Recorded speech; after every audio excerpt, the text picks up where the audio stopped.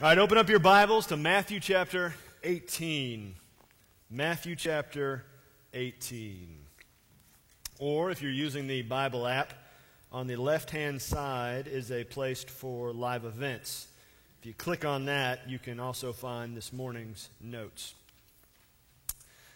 So the other day I was in the kitchen doing something, and I heard a noise coming from the living room. It was a sound. It was kind of like some music, and I recognized it. I hadn't heard it in a while. I knew it from somewhere, but I wasn't quite sure where I knew it from. As it continued to play, I thought, "Oh, I know what that is." It was the music that went along with an app that the boys were playing in the other room, a particular game called Angry Birds. It's a very popular game from a few years ago. They've come out with new iterations since then. My favorite one is Angry Birds Star Wars, because you get to use lightsabers. That's a lot of fun.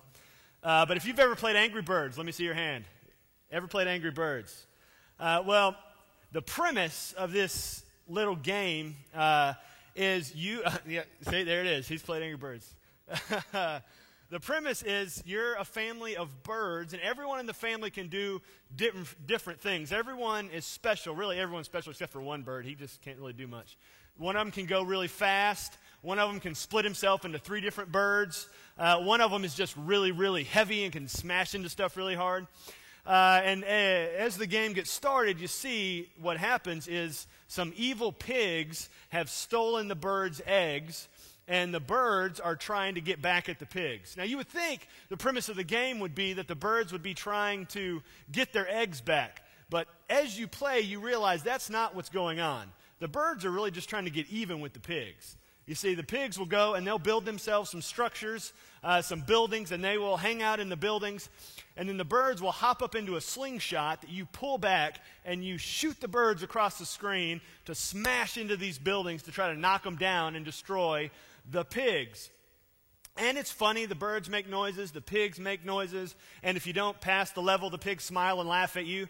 And so there's that whole aspect. But if you really pay attention to what's going on, as the bird flies across and smashes into the building, trying to get revenge on the pigs, trying to destroy the pigs, you get to see the bird then falls to the bottom, kind of looks a little beat up, begins to have this weird, exhausted look on its face, and then pop, the bird disappears.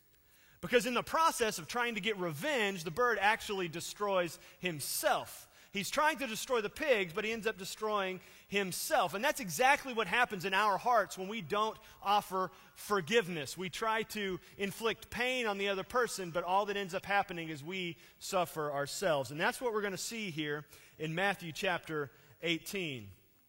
So as you read this, be thinking about Angry Birds.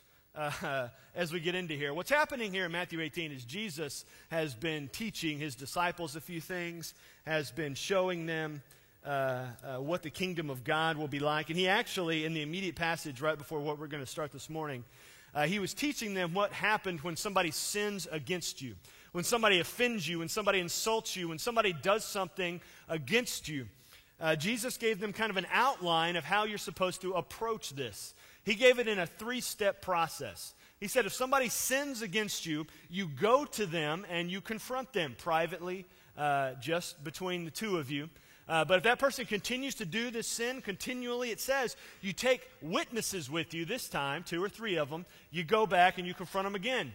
If that doesn't work, if they continue to sin, Jesus is teaching his disciples this. If that person continues to sin, then you take that continuous sin before the church. And if that doesn't do it, then that person is left up to God. But Jesus is teaching his disciples this, that you're supposed to do some specific actions. And it's significant that he tells them 3 steps that they're to do, because there was a common teaching of the day that had to do with 3 particular steps. But what's interesting is those 3 things that Jesus told them to do, to confront, to go with some witnesses, and then take it before the church. Each of those scenarios has to do with the well-being of the one who offended. It has to do with the well-being of the offender. It doesn't address what the one who is offended is supposed to do to deal with having been wronged. But that is what comes next in Matthew 18, starting in verse 21. It says, "Then Peter came up and said to him, 'Lord, how often will my brother sin against me and I forgive him? As many as 7 times?'" And so Peter, usually the one who speaks the most, which leads many scholars to believe not only did he have mouth issues, but that he was the oldest, that he felt the freedom enough to speak more than any of the others. But he comes and he asks Jesus, "If somebody sins against me," we've been talking about sin, Jesus, "if somebody sins against me, should I forgive them up to 7 times? Now, what is interesting is in the day, Jewish rabbis taught that you were only supposed to forgive somebody 3 times. And if somebody sinned against you 4 times, then you're free to do whatever you want. You've done the required 3, you're all good. And now that goes along kind of with what Jesus just taught, the 3-step process. And so Peter says, okay, well, I'm supposed to forgive 3 times. Well, what if I forgive them 7 times? Am I good then? Jesus, you're Jesus. You've been teaching us all kinds of new understandings of Scripture, and you're the Son of God. How about I more than double what the rabbis say? Am I good then? 7 times. Are we good with that? He was thinking of 7 because 7 in Scripture is the number of completion. It's a number of fulfillment. And it seems as though Peter is just trying to go beyond what the Jewish rabbis are saying, just to kind of cover his bases here. He may have even had a specific instance in mind. Maybe it's been, almost a week since somebody sinned against him, and he's thinking, well, if I forgive them 7 times, then tomorrow will be day 8, and I'm all good. If they do that against me again, man, I've been replaying this conversation in my head. I'm just going to let them have it if they do it to me one more time. Or he may have been thinking about a specific instance or a specific person who is wronging him day after day. You see, the thing is, Peter wants to know what the limit is. When can he stop forgiving and still be okay with God? But then Jesus turns his whole question on its head. Look at verse 22. Jesus said to him, "I do not say to you 7 times, but 77 times." See, Jesus takes what Peter thought was an overly generous 7 times of forgiveness and multiplies it exponentially.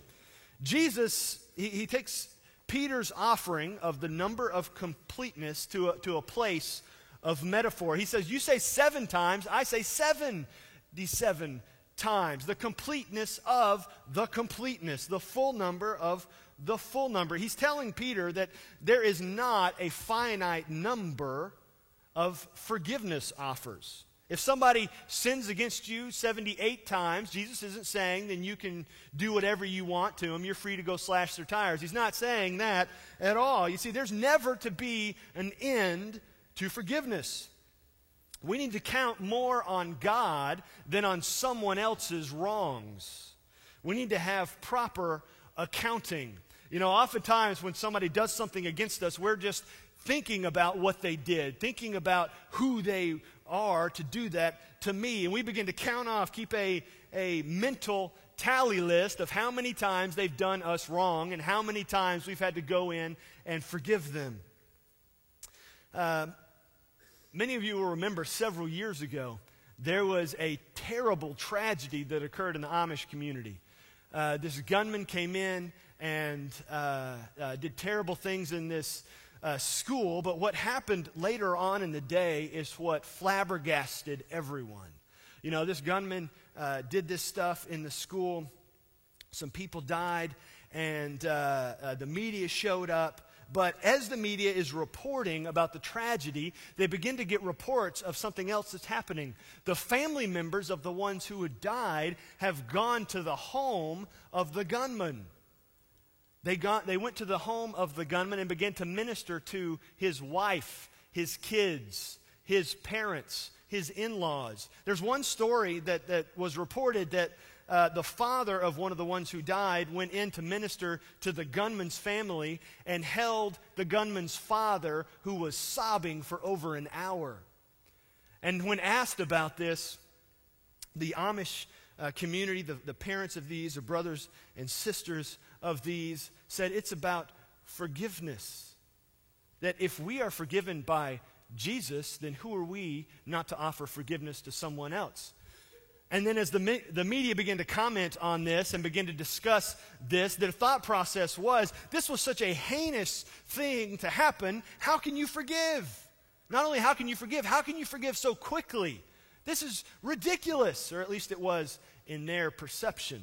But the thing is, when we are confronted with absolute and complete forgiveness by Jesus, we should not help but forgive others. And what blew my mind about the whole Amish offering forgiveness to the one who did these terrible things was that their forgiveness was instantaneous.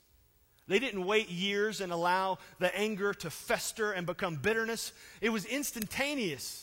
Because to them, it wasn't about what this person did to me. It was still about what Jesus did for me and how Jesus can transform someone else's life. That was their perspective. And that's why they did what they did. And as they continued to minister to the gunman's family day after day after day, it became for them a lifestyle of forgiveness. They weren't counting the days, how many times they had to offer forgiveness to this man's family. They were just concerned about sharing Jesus. We need to have proper accounting. You see, we are to forgive so much that we lose count at how much we have forgiven. You see, Paul, the Apostle Paul, writes in 1 Corinthians 13:5 that we are supposed to not be resentful or to keep account of the bad things that someone has done against us. In Paul's letter, what he writes there, don't keep an account of the wrong someone has done, lines up perfectly with Jesus' teaching here. Because if we don't keep account of someone's wrongs, then it should be just as easy not to keep account of how many times we have offered forgiveness. It should be a perpetual lifestyle. Even though you may get tired of forgiving, even though you may get tired of that person doing that thing over and over again, you may even wish for that person, you may be thinking in your head, I wish they would just stop it and do what I want them to do. But you see, the thing is, we have to think, is there anyone who thinks that about me, who wishes I would just stop it and do what they desire? And if we really broke that down, there is at least one God. If we would just stop sinning, we would just stop disobeying, we would just stop the selfishness and pride and follow after him, living a lifetime of forgiveness. And so Jesus, though, is telling this to Peter, and he can see on Peter's face what is being understood and what is not. And so Jesus goes on to tell a story to further illustrate his point about forgiveness. Look at verse 23. Jesus says, "Therefore, the kingdom of heaven may be compared to a king who wished to settle accounts with his servants." Now he starts this off, and therefore, anytime it's in Scripture, is a very important word. It's as though Jesus were saying, since you guys are not quite understanding why forgiveness is to be boundless, I'll explain it this way. He doesn't speak over their heads. He doesn't hope that they bring themselves up to a new plane of thinking. He first meets them where they are and then elevates their understanding. He tells them a story. He describes a scene similar to living in the kingdom of God. And the king in this illustration is God, and the servants are those who would seek to follow after God. And in this story about a kingdom, a day of reckoning has come. Many servants, many people in the kingdom have borrowed from the king, and the king says, today is your day to pay back what you owe. Verse 24, when he began to settle, one was brought to him who owed him 10,000 talents. So one particular servant is brought in, owes the king 10,000 talents. That's a whole lot. I mean, think of that, 10,000. That's a big number. And what makes that even larger, on a larger scale, is that a talent, that form of money during this particular time period, one talent was worth 20 years of work. So we can do that math in your head. 20 years of work. This guy owed 10,000. That's 200,000 years of work that this man owed the king. That is a lot of money. On top of that, 10,000 was the highest Greek amount of money. And Jesus is not only illustrating the highest Greek form of money, or the highest Greek number, 10,000, the talent was the highest form of money. So you have the highest number, the highest form of money, 200,000 years of work, and Jesus is saying that's how much this guy owed. It's like saying, you know, you owe $1 squillion. It's just a ridiculously high number, and everyone in Jesus' earshot is saying, okay, yeah, that guy's never paying that much money back. I mean, for real, 200,000 years of work. But he is using the extreme amounts of money to emphasize that this guy owes an unpayable amount. Look at verse 25. And since he could not pay, his master ordered him to be sold, and his wife and children, and all that he had, and payment to be made. Now, that sounds just crazy. Okay, you can't pay your debt? Well, you and your entire family are going to get sold into slavery until you can pay it back. The guy says, okay, well, 200,000 years of work, I'm not paying this back. So we're going to be in slavery forever. But this kind of thing, getting sold into slavery, was typical in the day. If you owed a debt, you would get sold into slavery, be put in debtor's prison in order to work off your debt. So if you owed, 5 days worth of work, you get put in debtor's prison for 5 days to work off the debt. But this guy, owing 200,000 years, the king is saying, not only will you be sold, but your wife, your kids, and probably their kids and their kids on through the generations to try to pay off this debt. The king is thinking, I may never recoup my entire loss, but hopefully I can get some of this money back. But what's interesting is this is an astronomical amount of money. And so for a servant to borrow that much from the king, he had to be someone important in the king's household. He had to be some sort of prominent official in the king's court. And that kind of understanding makes the very next action stand out all the more. Look at verse 26. So the servant fell on his knees, imploring him, have patience with me, and I will pay you everything. So this prominent official falls in complete humility before the king. This servant is begging.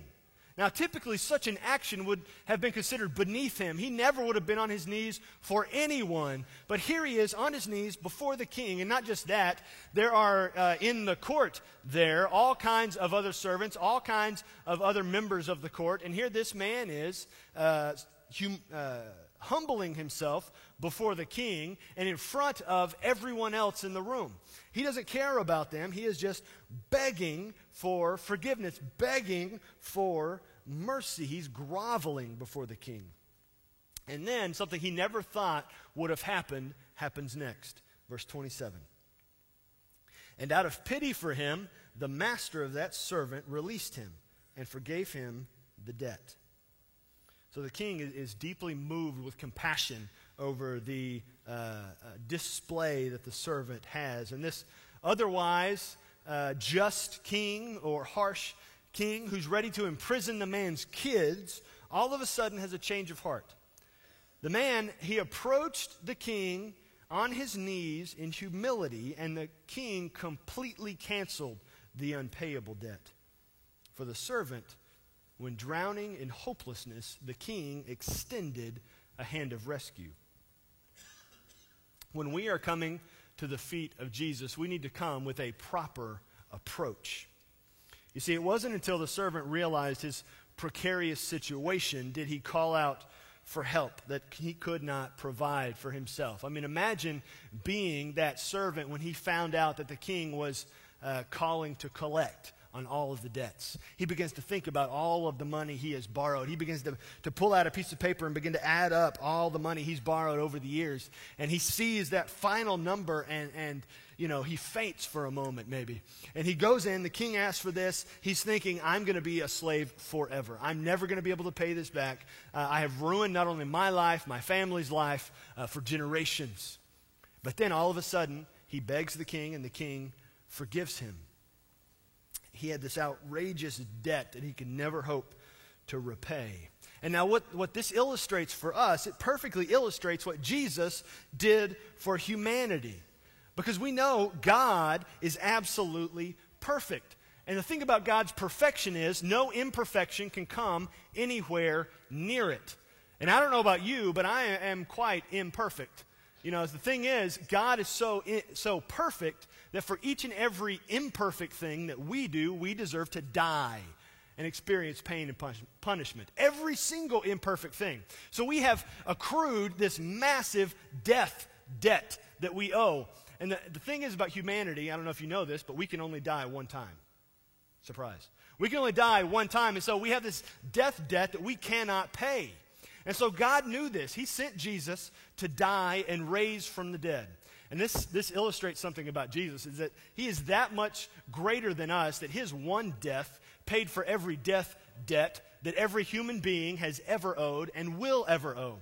That if we would simply believe that, we are completely forgiven. Our debt of death is wiped out and we don't have to pay it. We get to experience heaven and God forever. That is the unpayable debt. The 10,000 talents, we owe that. We are this servant. And if we would approach Jesus, believing in his death and resurrection, asking for forgiveness, then we will get it and gain heaven.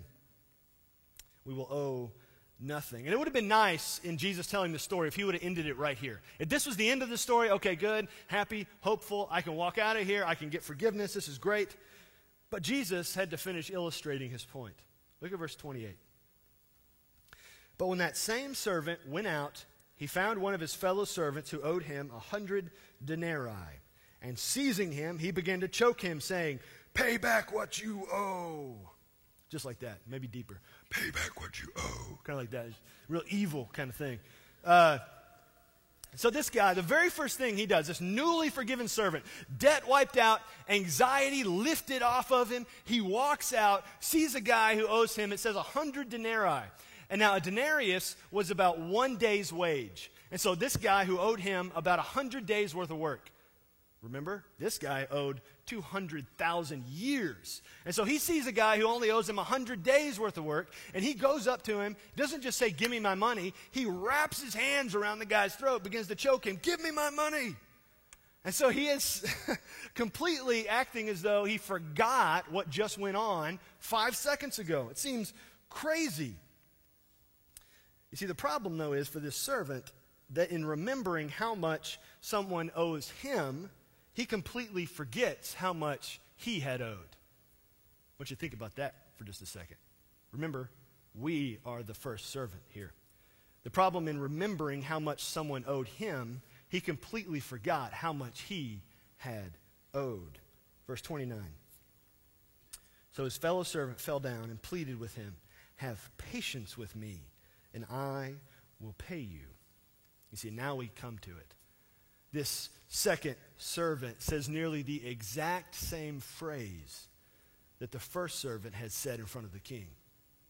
He says these words back to that first servant. That should have triggered something in his memory. I just said that, 10 minutes ago. I just said those words. This servant is saying that back to him. "Have patience with me, and I will pay you." And it would seem, though, it's interesting, even though he's saying the exact same words, it would seem in his approach, these are the only words we have from the second servant, that he has no knowledge of the debt that the first servant has just been forgiven of. You would think if this second servant knew how much that the first servant had been forgiven, he would have said, "Man, you were just forgiven 200,000 years of work, and you won't let me off for 100 days? You won't let me just have a few more weeks to pay you back? This is crazy." But he doesn't mention it, and so it seems like this second servant doesn't know about the debt. But we'll find out more about that in just a moment. Look at verse 30. He refused and went and put him in prison until he should pay the debt. See, when faced with his own words, offered in equal humility, the first servant has nothing but contempt for this other person. Not only that, by acting in this manner, he's actually has nothing but contempt for the forgiveness that he had been offered. He grabbed that second servant and dragged him down to debtor's prison until he could pay back that 100 days debt. And in that day, there wasn't making one phone call. There wasn't calling a lawyer. There wasn't calling your family. Right there in the street, this second servant is grabbed, taken to prison, and thrown there until he could pay it back. Look at verse 31. When his fellow servants saw what had taken place, they were greatly distressed, and they went and reported to their master all that had taken place. So these other servants witnessed the arrest. They witnessed this happening. This happens right outside of the palace. Because remember, that servant came out, saw the guy, and accosted him right there. But the servants see it, but it would appear that they knew about the forgiven debt, that they knew that servant had been forgiven. And it wouldn't have shocked them, their buddy being thrown in debtor's prison, that kind of thing. Happened all of the time, somebody thrown in debtor's prison who owed money. What shocked them was that the forgiven man refused to forgive. And this whole understanding that these servants knew about the forgiven debt makes the previous conversation between the two servants stand out all the more. Because if those servants knew about the forgiven debt, then the accosted servant who is right outside the throne room would have also known about the forgiven debt, and yet he doesn't bring it up. He doesn't say, but you did, but you were forgiven. He just says, have mercy on me. You see, the second servant was refusing to remember past offenses made, while the first servant was refusing to forget. There's a story about Clara Barton, the founder of the American Red Cross. There was a time where she was greatly offended. Someone humiliated her in a very, very deep way, cut her to the heart, and it was in front of a bunch of people. And some years later, someone was asking her about that situation. And Clara Barton said, I'm not sure what you're talking about. And that person said, when that other person did such and such and such and such. No, I distinctly remember forgetting that. You see, when we forgive, forgiveness is a level of forgetting. Now, forgetting doesn't mean we're naive in our actions from that point on, in interactions with somebody who hurts us over and over and over again. But when there is a burning fire within us, when we see that person, when we think about that person, we haven't forgiven them yet. When we think bad thoughts about them, when we hope that their car crashes but that they don't get hurt, when we hope that something bad happens, when we hope we get that opportunity to replay that conversation we've been making up in our heads, we haven't yet forgiven that person. Look at verse 32. What happens to this second servant, or this first servant now? His master summoned him and said to him, you wicked servant, I forgive you all that debt because you pleaded with me, and should not you have had mercy on your fellow servant, as I had mercy on you? The king here cannot believe the actions of his servant. He had been freely given a great degree of forgiveness, but he refused to offer even a lesser degree of forgiveness to a fellow servant. The first servant wanted nothing but mercy, but he only wanted to give punishment. I think this, I don't know about you, but I think this is where we often live, right here. We want as much mercy and as much grace as God will give us. We want as much mercy as anyone will give us. But when it comes to someone else who's offended us, someone else who's sinned against us, who's wronged us, we don't want to offer any of that forgiveness. We don't want to offer any of that mercy. Man, they're going to pay for what they did to me. I cannot believe that they would question what I did. I cannot believe that they would bring that up again. You see, it's as though God gives us this massive amount of forgiveness, and we're holding on to it, not giving it to anyone else. You see, God gives us forgiveness and grace so that we can give it away. The forgiven forgive. Look at verse 34. And in anger, his master delivered him to the jailers until he should pay his debt. Now, I think 35, this is the most convicting verse of the entire thing. So also my heavenly Father will do to every one of you if you do not forgive your brother. Here it is, these three words, from your heart. We can say all day long that we have forgiven someone. We can say 15 different ways that we have forgiven someone. But years later, when we see them, we begin to feel something. Our lip begins to curl. We're gripping making fists with our hands. Oh, I can't stand that person. I can't believe what they did to me. And we haven't yet forgiven them. We haven't allowed forgiveness to settle in. But the thing is, if we have been the beneficiary of forgiveness, for us to withhold forgiveness is to consider ourselves better than God.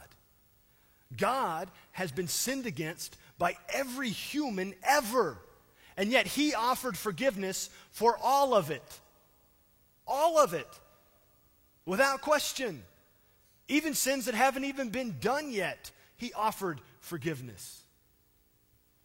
It's that squillion-dollar debt. And yet we will not forgive. We have benefited from God's forgiveness, but we refuse to forgive, even though the forgiven should forgive. You know, we see those people, we think about what they did to us, and we begin to have those voices pop into our head. Those things that we begin to think, man, look at the way that person's walking. They just hate they just hate me, and they hate everything about me, and I can't believe they did that thing. And those voices begin to eat away at us. And as I was thinking about that, I was reminded about smartphones. Smartphones are great.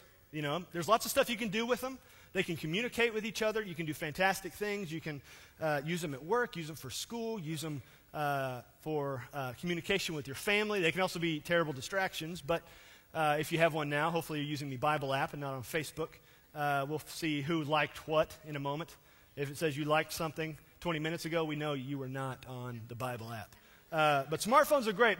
But one of the terrible things about smartphones, I think, was the devil possessed somebody, and they put this in the software. It's called group text messages. Some are good. You know, you have people who know how to work them, who just give you one or two replies. Okay, that's good.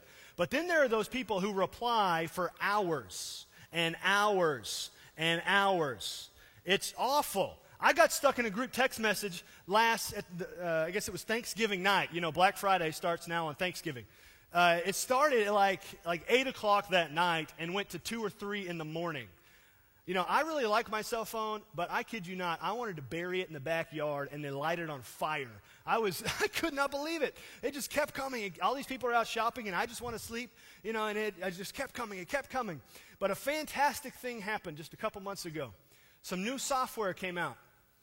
And in there, in the group text message, there is an info button. You click on that, and then there is a fantastic switch. It says, leave this conversation. You click on that. They can send as many messages as they want. I won't get them. It's a great little option. You see, the thing is, when it comes to forgiveness and the conversations and the voices that we have when we see somebody, we need to flip that switch and leave this conversation and focus on the main thing, Jesus and his forgiveness. We need to dole out as much forgiveness as we have been given. Because what happens is when somebody gets us mad, when somebody angers us, anger leads to resentment. And resentment leads to bitterness. And bitterness leads to suffering. Our suffering, not theirs, our suffering. You see, bitterness, it's a disease. It's like a plant that barely rises above the ground, but its root system is miles wide and miles deep. When we hold on to unforgiveness, it's like drinking poison and expecting the other person to die. Because all unforgiveness does, bitterness does, is it hurts us. And the thing is that you might think you have forgiven someone. You know, you've said the words, you've even interacted with the person on occasion and not punched them in the face, and you think you're having a good deal here, and you've actually offered them forgiveness. But we begin to think about the past wrongs when we see that person, or when we have a particular thought, or we bring up past wrongs in fresh arguments, and if that happens, we haven't really forgiven. We haven't really forgiven that person. Bitterness then has gone much deeper than we expected.